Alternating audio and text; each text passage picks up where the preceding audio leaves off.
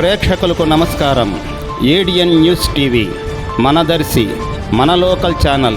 ADN news TV ప్రేక్షకులకు నమస్కారం. వార్తలు చదువుతుంది మీ ప్రసన్నారాం.